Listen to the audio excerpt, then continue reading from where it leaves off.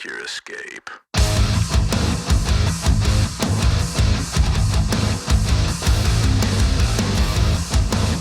To another episode of Last in Line podcast, where we are teaching guys how to not only charge the mountain and be the tip of the spear in leadership, but also to be the kickstand that props people up and empowers and encourages other leaders to be the best version of the leader within them. We are all leaders. We all have influence. And as it says in Mark 9:35, he who wants to be first will be last of all and servant of all. That's what Last in Line podcast is about. And I hope you walk away different than when you turned on this podcast. I hope you walk away with the revelation that you were called to lead, that you were called to have influence, and that you were called to serve. I got to say, I'm pretty grateful for the ability to have an outlet. And if you're a guy and you don't have some sort of outlet that's healthy, whether it's podcasting, whether it's working out, whether it's hunting or fishing, or just, I don't know, going to the garage and building something, if you don't have an outlet, you're missing out, because we all need something to occupy our time in ways that are constructive, ways that we are creating, ways that we're being a blessing to other people and utilizing our gifts, because we have that stirred up in us and we have that fire in us. And if we don't have that ability to kind of discharge some of those passions and talents, then it gets all stifled in us and pressed down in us, and we start getting resentful and the pressure starts to build, and all of a sudden we're, exploding in some way. But the only reason I say that is because I'm grateful to be here tonight with you here in this office behind this computer and this microphone, because this is kind of my outlet. This and working out are my two big outlets. And I think that keeps me healthy. I think that keeps my mind sharp. I think that keeps me grounded. I think that keeps me humble for sure. When I'm working out, there's humility in it. And it keeps me charged up and energized whenever my gifts are getting stirred up and utilized. And so I feel like this is one of my gifts, coming to you to bless you, to encourage you, to help equip you possibly with one thing I say. If it changes the way you conduct yourself tomorrow, then it was worth it. So I'm here I'm here today to you to present this something that's been heavy on me to share. And I got the title for this, and I think this is crucial because I've got 4 keys to curing our sickness in society. I've got, clearly there's symptoms, clearly there might be a diagnosis, and clearly there could be treatment. And I'm about to give you the keys, right? The keys to the box with the secret sauce that cures our society sickness. And so it's going to be how you serve, how you show up. And I've got one for you even better. We're going adverbs over pronouns. And for, in the vein that is the wokeness of pronouns, they, them, whatever you want to call it, y'all. That's the redneck version of woke pronouns, y'all. And you know, we're gonna go adverbs over pronouns. So I've got you today with 4 key adverbs on how you show up, how you serve. It's going to cure the sickness that we've got in society, because you're going to take this and you're going to run with it, and it's going to ripple throughout your sphere of influence. It's going to ripple from those people on out, and then the world is going to start to see, hey, we need to make some changes, maybe, hopefully, if the right guys and believers, followers of Jesus, if we rise up in our strength and we go out and this starts to ripple, then I think that's how we move the needle in our culture. I don't have all the answers, but I got 4 of them here for you that are going to help you. So first one, how you serve, how you show up, right? This is the key to curing our sickness in society. First one is intentionally. So they're all going to be LYs. If you remember English class, unless you failed English, adverbs typically end in LY. So intentionally. First one's intentionally. We all talk about it. It's a buzzword. Every men's group I've ever been in has got that word used all the time, and it should be, because we got to be intentional. Look, life's not coming to us, right? We got to live on purpose for a purpose. Like, it's not just going to automatically happen. I don't believe in accidents. I don't believe in coincidences. Yes, I believe in accidents when it comes to like physical harm, yes, there are accidents, but there's no accidents when it comes to us showing up and us serving and us being who we need to be for the people we need to be it for. Like that's not an accident. Those aren't coincidence. We got to show up intentionally. That's our job. I don't remember Jesus ever showing up on a group of people and just kind of sitting around going, I wonder what's going to happen here. I wonder if the stars are going to align. Anybody got a coin that I can flip to decide whether I want to like talk to these people or maybe bless them or drop some wisdom in here? Maybe there'll be a mic drop moment for me. Maybe there won't. We'll see. Like I don't remember Jesus ever doing that. I don't remember anyone ever coming up to him and going, "Hey, dude, all these people are waiting on you. What are you waiting on?" Like he stepped into a moment and you felt his presence. It was a no doubter. He was there with a message, with a purpose, intentionally to spit game on these people and drop bombs of wisdom and goodness and grace and love and knowledge on these people. So I, I don't see why we should be any different. If we're created in the image of God, we've got that capability too, to step in and lead, to step in on purpose, to step in and not wait for an accident, not wait for a coincidence, not wait for somebody to come to us and tell us what to do. Let's step into situations knowing what to do, already prepared in our mind before we arrive in a situation. And let's be intentional because serving somebody is an intentional act. We have to have that on our heart. It's got to be part of us. We got to like think that through to intentionally step into that role and serve. We can't just automatically walk into a place and see people who are raising their hand and say, "Hey, could somebody serve me, please? Hey, you look like you're capable. Could you please help me here? Or could you please serve me?" We're not going to have that. It's not going to happen. It's too perfect. It won't happen. You got to step in. You got to notice those moments. You got to be aware. It takes self awareness. It takes social awareness. It takes emotional IQ, and you got to be aware enough to know that there's a world around you that needs you, and you got to be willing to step into it without being asked. You got to be intentional about being on purpose, about serving a purpose. So that's the first one, intentionally.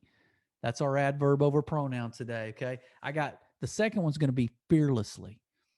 uh love love all the guys that are out there talking about being unafraid, being fearless, like courageous. I love it. Those are power words, man, especially in this men's movement to reclaim masculinity, to restore it, to walk in the fullness of it, that and try to grab back kind of what society's trying to steal from us. Like all of that requires fearlessness and courage.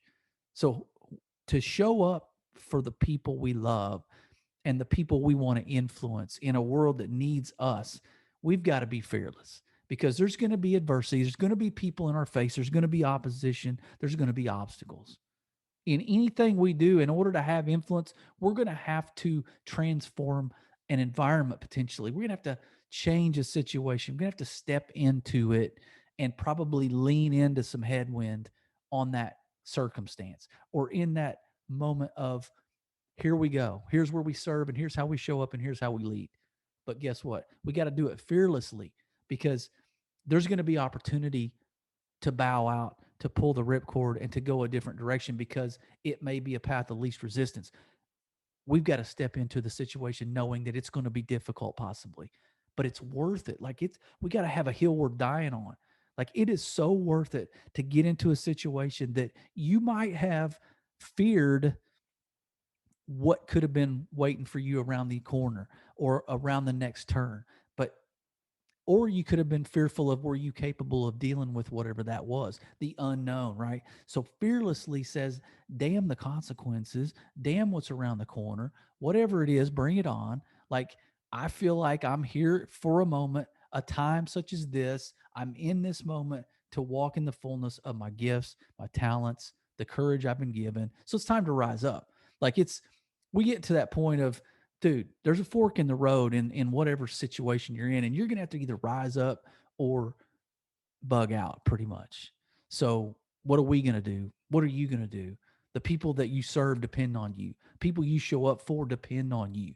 They're looking to godly men to step in and cure this sickness that they see all around us. There's sick people all over the place.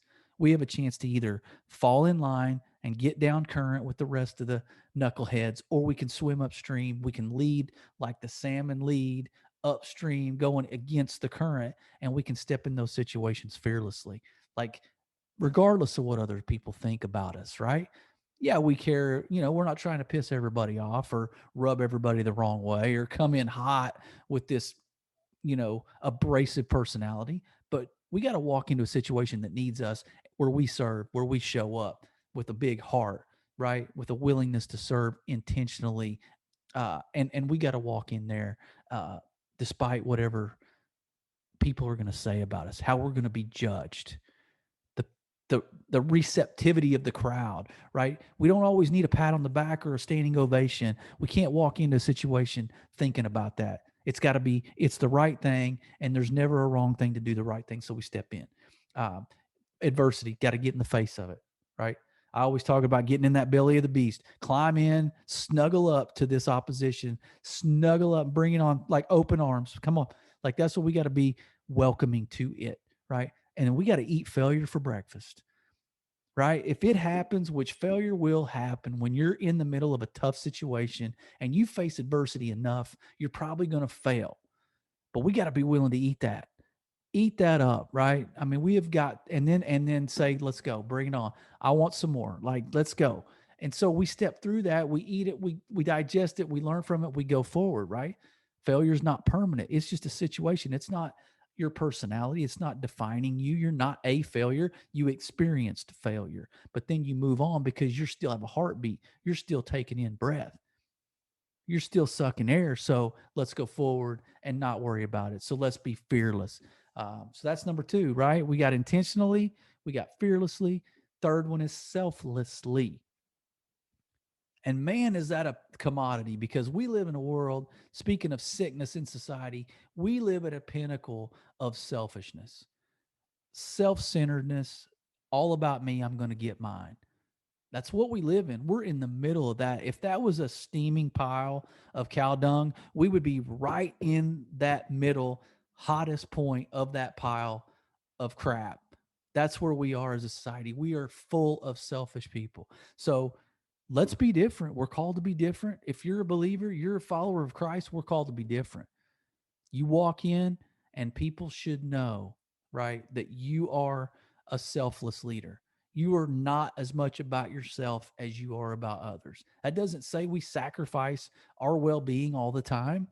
It says that we have a different perspective. Our heart is aligned, and our posture of heart is in a serving capacity. It's showing up with a right heart, a right intention, a right grace for a situation, love for a situation, for people, right? Um, it's hard to serve selflessly when the people that you're serving don't deserve it, right? And it's not ironic to me that the word deserve ends in serve, serve, like deserve. So we're going to serve the people even though they don't deserve it. And that's the hardest part for me, to love the unlovable, to serve the unservable. And and a caveat, by the way, like serving the selfish. Like, we have to get past that, because why? We're doing it because it's who we are. We're not doing it because they deserve it, or they are worthy, or they've done enough to warrant me serving them. So if we're servant leaders, we do it anyway because that sets us apart.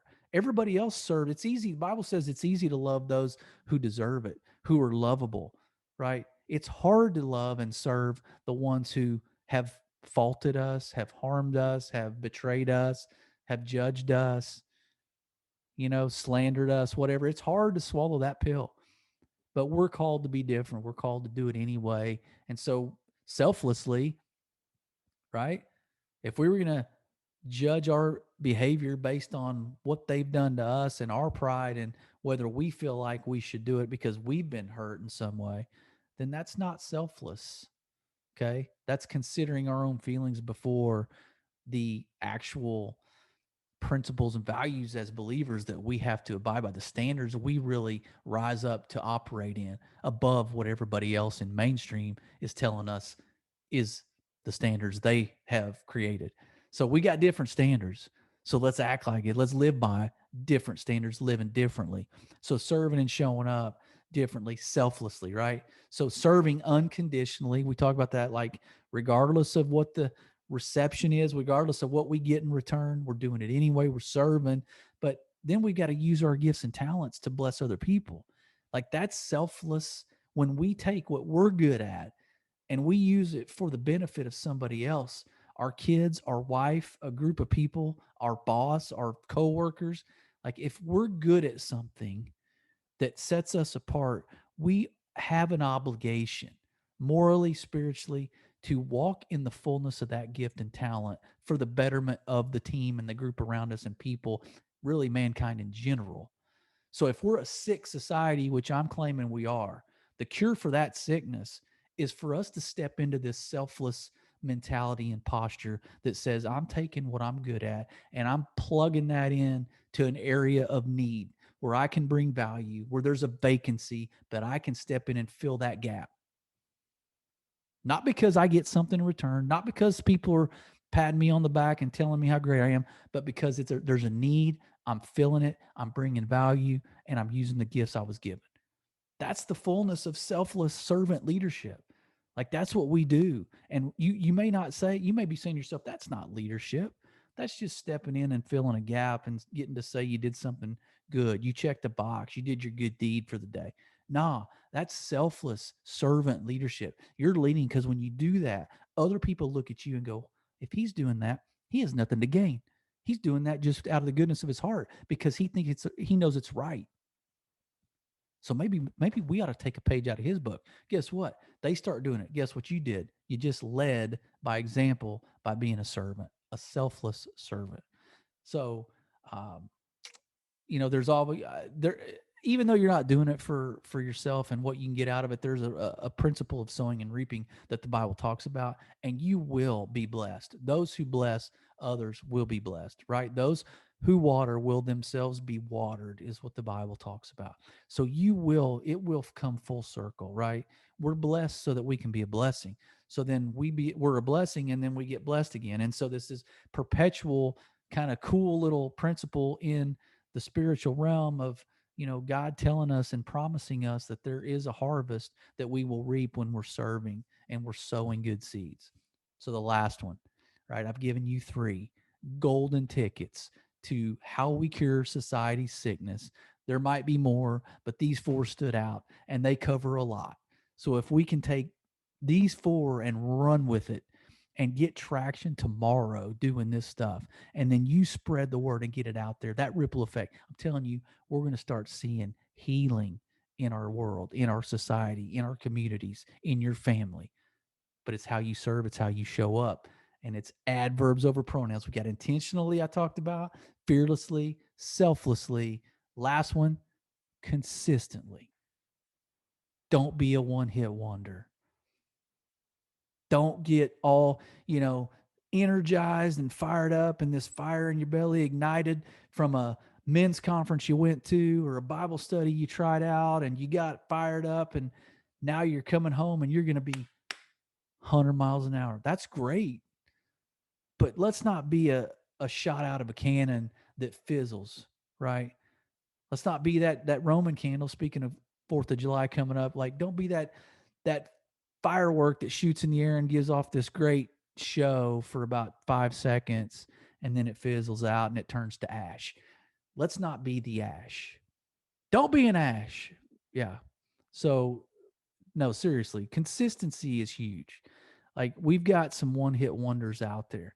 We've got some guys that were quick out of the gates, but very little stamina, very little longevity. They, I probably have done that in the past too. Like I read a good book and all of a sudden I'm firing on all cylinders and then it fades, it fizzles, right? I lose this fire, I lose this motivation for some reason. And we just don't stay consistent. I believe that there's a reason for that, Maybe our motivation isn't what it should be. Maybe our heart is more aligned to how can we get something out of this? How can I look good by doing this? And whenever we don't get that in return and our expectations are not met, then we fizzle because we weren't doing it for the right reasons in the first place. So that's my take on that. That's a little bonus section of this. But consistently, that's the last one. Last but not least, stay true to it. It's a long game. Stay in the marathon. Got a lot of ultra runners out there that run 100 milers, 200 milers. Bless your heart. Like that'll never be me. But I'm sitting back from the stands. I'm rooting you on, guys, because I admire you 100%. But, dude, you guys are consistent, right? You're not sprinters. You're ultra marathon athletes. And so you guys know what I'm talking about. So consistency, right? It's not how fast you come out of the gate. It's, are you still running at the end of the day, at the end of the month, the year? Are you still going? Are you still leading because it's the right thing to do? How do you serve? How do you show up? So consistently is a huge one. So nobody likes, like I said, there was a group from the 80s. I can't remember what they sang, a song that, you know what a one hit wonder is. I don't have to give you an example, but it was one of my favorite songs at the time. It was She's a Beauty by the Tubes. That's right. The Tubes. Maybe that's why they're a one hit wonder. Nobody wanted to listen to the Tubes, but that was a good, she's a beauty, one in a million girl. See that one. So y'all know what I'm talking about. You're kind of bobbing your head a little bit. You're mouthing the words, right? And you're commenting on what a great natural angelic voice I have. I get it. So no one hit wonders, right? When we're leading and serving and showing up the right way, let's stay consistent. And so I mean, what I think people respect about that is that people can trust reliability. People can trust security. When you're around, they feel secure. They know you're reliable. They know you're consistent. They don't have to wonder, are you going to bring it today? They don't have to wonder on Friday, are you going to be the same on Monday? They don't have to wonder, are you going to wake up in a pissy mood because it's raining outside or something stupid? You have a runny nose. I don't know. Are you serving and showing up consistently, regardless of the circumstance, regardless of your feelings? Like, we got too many guys out there, and I would argue this is part of the reason society has taken us by the tail and is wagging the dog with it, because we've allowed these louder, more negative, woke voices to be consistent, and we haven't stayed consistent. We're worried more about feelings and circumstances. We're more worried more about if we feel like leading the right way today, or if the circumstance warrants it, I will step into that role. That's contingency. That's conditional leadership, and that's not servant leadership, because servant leadership is consistent. It is excuse me, it is the right thing all the time. Servant leadership, it doesn't waver. It's a mindset, it's a lifestyle, it's a heart condition. So you either have it or you don't. And if you don't, you can get it. There's good news. You're coachable.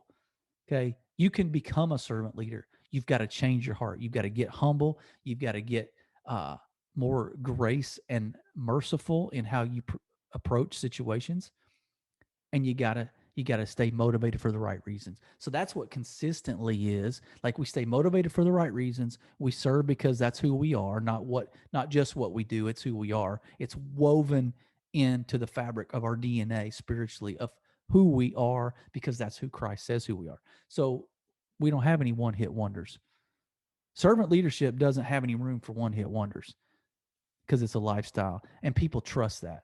They want to be able to rely on somebody, because they're looking around. People are looking around right now waiting for somebody to step up. They're looking around, seeing all the negativity, all the darkness, all the evil, all the wickedness, and all the wokeness, which is the banner over the wickedness and the evil. Like, I think that's just part of it, but that's a big part of it right now. And so people are looking around going, look, I need somebody to trust. I need somebody to count on. Where are the men? Where are the Christian men? Where are they?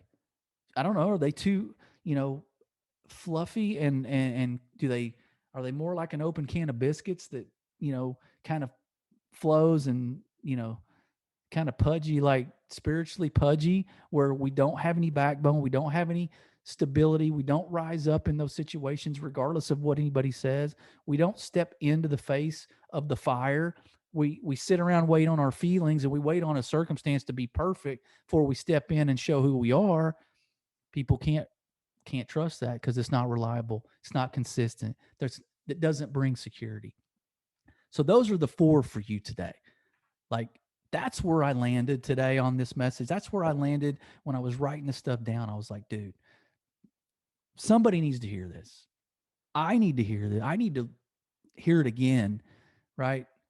But I need you to hear it because I know you will make a difference. You have a sphere of influence that you can make a difference, and then they can make a difference. And it's all downstream. It all multiplies. That's God's mathematics. He will exponentially multiply men who are stepping into the role of servant leaders, who are showing up, who are serving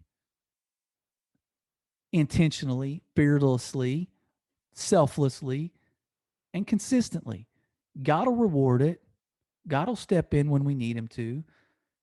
He will make us rise up in those situations where we're weak, he is strong, right? Where we decrease, he increases. So we don't have to do it all alone. But get around some guys that are like-minded, get around guys like you, like me, that are willing to step into these 4 and cure the sickness that is plaguing society. Hey, don't forget, email me for a free 4 weeks of my book, Strength for the Weak. You'll get put into a drawing and could potentially win the free entire book, the 52-week journal for guys, devotional for guys. And so email me, lastinlineleadership@gmail.com, or instant message me, last_in_line_leadership. With that, be blessed. Make your escape.